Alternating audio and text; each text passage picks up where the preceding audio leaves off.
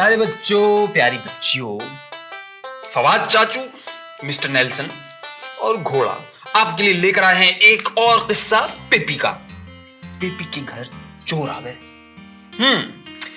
तो सर्कस में करतब दिखाने के बाद गांव में पिपी बहुत मशहूर हो गई थी।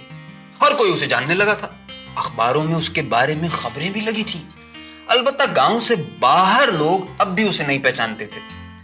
एक शाम दो चोर उसके घर के सामने से गुजरे। वो मौके की तलाश में थे कि किसी घर से चोरी करें। उन्होंने पिपी के घर में कुछ रोशनी देखी तो सोचा कि यहां कार्रवाई की जाए।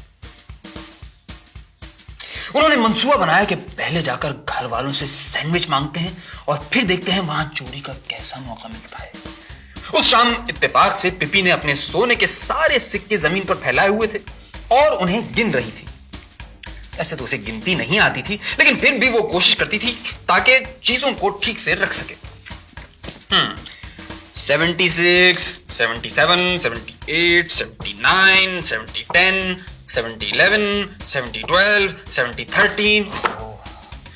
ये तो मुंह टेढ़ा हो गया। ये बोल बोल कर वो झुंझला कर बोली, कोई और नंबर भी तो होना चाहिए। हाँ, याद आया, 104। और 1000 भी तो होता है। और 2.25। ये तो बहुत पैसे हैं।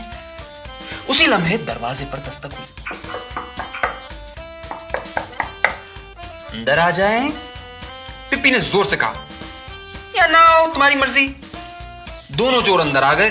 अंदर का मंजर देखते ही उनकी आंखें खुली की खुली रह गई। उन्होंने देखा कि एक छोटी सी लड़की फर्श पर बैठी है और उसके सामने बहुत सारे सोने के सिक्के चमक रहे हैं। सुनो लड़की, क्या तुम घर में अकेली हो? एक चोर ने नीची आवाज में पूछा। नहीं तो, मिस्टर नेल्सन मेरे साथ घर में है। चोर समझे कि घर के मालिक का नाम मिस्टर नेल्सन है, इसलिए उन्होंने एक दूसरे को आंख मारी। उन्हें क्या मालूम था कि ये तो एक बंदर का नाम है जो उस वक्त अपनी हरे रंग की टोकरी में गुड़िया का कंबल ओढ़े बेखबर सो रहा था।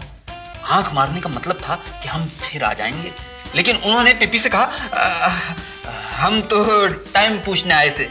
सोने के सिक्के देखकर वो भूल ही गए थे कि उन्होंने सैंडविच मांगने का मंसूबा बनाया था। इतने बड़े बड़े लोग और इनको टाइम ही नहीं मालूम। पिपी ने हैरत से कहा, क्या तुम्हें कभी किसी ने नहीं बताया कि टाइम क्या होता है? टाइम वो चीज है जो उस गोल घूमने वाली प्लेट में फंसा होता है और उसमें से टिक टिक टिक टिक की आवाज आती है और वो इसी में फंसा रहता है। समझ में आई?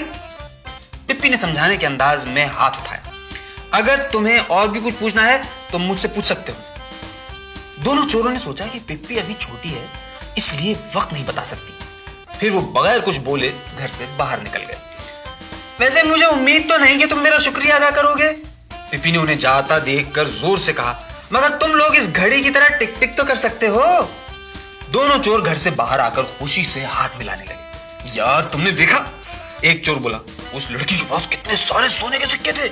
हाँ यार, दूसरे चोर ने कहा, अपने तो वारे न्यारे हो गए। बस अब हम इंतजार करते हैं कि लड़की और उसका वो, क्या नाम था वो, मिस्टर नेल्सन सो जाएं तो हम उस खजाने पर हाथ साफ करें। फिर वो दोनों बलूत के एक दरख्त के पीछे छुपकर बैठ गए। अचानक हल्की हल्की बारिश शुरू हो गई। फिर उन्हें भूख सताने लगी। ठंड, गीले कपड़ों और भूख ने उन्हें बेहाल कर दिया, लेकिन इतनी सारी दौलत के ख्याल ने उन्हें वहां बैठे रहने पर मजबूर कर दिया था। आसपास के सारे गांव की बत्तियां आहिस्ता आहिस्ता गुल हो गई, मगर विला विलिक्यूला में रोशनी रही। इसलिए कि पिप्पी ने उस रात पोल्का डांस सीखने का इरादा कर रखा था और सोच लिया था कि जब तक पूरी तरह नहीं सीखेगी वो तब तक नहीं सोएगी। लेकिन फिर चोरों ने देखा कि विला विलिक्यूला में भी अंधेरा हो गया है। चोरों ने देर तक इस बात का इंतजार किया कि मिस्टर नेल्सन भी सो जाए। बहुत रात होने के बाद वो दोनों बाहर आए और दबे कदमों बावर्ची खाने वाले दरवाजे की तरफ गए ताकि अपने औजारों से उसे खोल सके। उनमें से एक चोर ने, जिसका नाम ब्लूम था, इत्तेफाकन यूं ही दरवाजे के हैंडल पर हाथ मारा तो उसे एहसास हुआ कि अंदर से कुंडी खुली हुई है। ये लोग कितने बेवकूफ हैं, उसने सरगोशी की। दरवाजा तो खुला हुआ है। चलो अच्छा है, दूसरे चोर ने जवाब दिया। उसके बाल काले थे और लोग उसे थंडर कार्लसन के नाम से पुकारते थे। थंडर कार्लसन ने अपनी टॉर्च रोशन की। और अंदर दाखिल हो गया। बावर्ची खाने में खामोशी थी और अंदर कोई नहीं था। अगला कमरा पिपी का बेडरूम था, जिसमें मिस्टर नेल्सन भी अपने खास गुड़िया के घर वाले बिस्तर में सो रहा था। टॉर्च की रोशनी का हाला दीवार पर घूमते घूमते जब पिपी के बिस्तर पर आया तो दोनों चोर चौंक गए। उन्होंने देखा कि तकिए पर सर की जगह 2 पैर रखे हुए हैं। पिपी अपनी आदत के मुताबिक पाइंती वाली जानिब रजाई के नीचे सर डालकर लेटी हुई थी। लगता है ये वही बच्ची है, थंडर कॉल्सन ने दबी दबी आवाज में ब्लूम से कहा। अच्छा है, ये गहरी नींद सो रही है, लेकिन वो मिस्टर नेल्सन कहां है? मिस्टर नेल्सन, इनकी बात सुनो जरा। अचानक रजाई के नीचे से पिप्पी की आवाज आई। वैसे वो उस हरे रंग के गुड़िया के बिस्तर के नीचे सो रहा है। दोनों चोर घबरा गए और पिप्पी की आवाज सुनकर बाहर की तरफ भागे, लेकिन टॉर्च की रोशनी पड़ी तो उन्होंने देखा कि मिस्टर नेल्सन तो वाकई गुड़िया के बिस्तर के नीचे लेटा हुआ था। बंदर को देखकर थंडर कार्लसन बेइख्तियार हंस पड़ा। ब्लूम, ये देख यार, ये तो एक बंदर है। तो तुम्हारा क्या ख्याल था, मिस्टर नेल्सन क्या है? पिप्पी ने फिर रजाई के अंदर से ही आवाज लगाई। क्या मिस्टर नेल्सन किसी घास काटने की मशीन का नाम है? क्या तुम्हारे अब्बा और अम्मी घर पर नहीं है? ब्लूम ने पूछा। नहीं, पिप्पी बोली, वो गए हुए हैं। ये बात सुनकर ब्लूम और थंडर कार्लसन मुस्कुरा उठे। ठीक है गुड़िया, थंडर कार्लसन ने कहा, चलो तुम रजाई से बाहर निकलो तो हम कुछ बातें कर लें।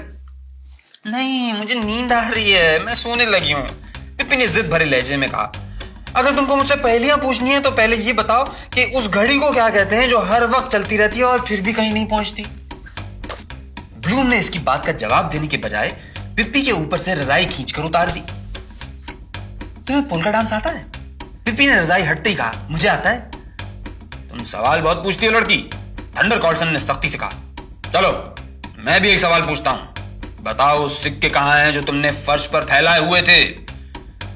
वो रखे वहां, पिप्पी ने हाथ से इशारा किया, मेरे सफरी बैग में, अलमारी के ऊपर। थंडर कार्लसन और ब्लूम ने एक दूसरे को देखकर सर हिलाया। फिर थंडर कार्लसन बोला, तुम्हें कोई एतराज तो नहीं अगर हम वो ले लें? अब आपने पूछ ही लिया है तो, पिप्पी ने सोचकर कहा, तो फिर मुझे कोई एतराज नहीं। थंडर कार्लसन चलता हुआ गया और उसने अलमारी पर रखा हुआ बैग नीचे उतार दिया। और मुझे यकीन है कि आपको भी कोई एतराज नहीं होगा। पिप्पी छलांग लगाकर बिस्तर से नीचे उतरी और थंडर कार्लसन की तरफ बढ़ी। अगर मैं अपना बैग वापस ले लूं?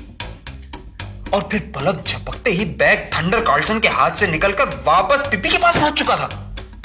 थंडर कार्लसन की समझ में नहीं आया कि ऐसा किस तरह हो सकता है। ए लड़की, ये बैग मेरे हवाले कर दो। उसने पिप्पी का बाजू सख्ती से पकड़ा और बैग छीनने की कोशिश की। बैग तुम्हें दे दूं? मैं देती हूं तुम्हें बैग अभी, पिप्पी ने शरारत से कहा और फिर दोनों हाथों से थंडर कार्लसन को उठाकर अलमारी के ऊपर बिठा दिया। अगले ही लम्हे ब्लूम भी वहां बैठा हुआ था। इन दोनों ने एक दूसरे को देखा और चीख पड़े।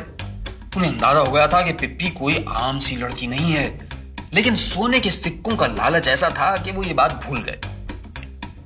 आओ ब्लूम, इस लड़की को देखते हैं। थंडर कार्लसन ने अलमारी पर से छलांग लगाई और पिप्पी की तरफ दौड़ा, जो अपनी जगह इत्मीनान से जमी खड़ी थी। उसने सिर्फ एक उंगली से दोनों को रोका और फिर उठाकर कमरे में दूर फेंक दिया। दोनों एक दूसरे पर जा गिरे।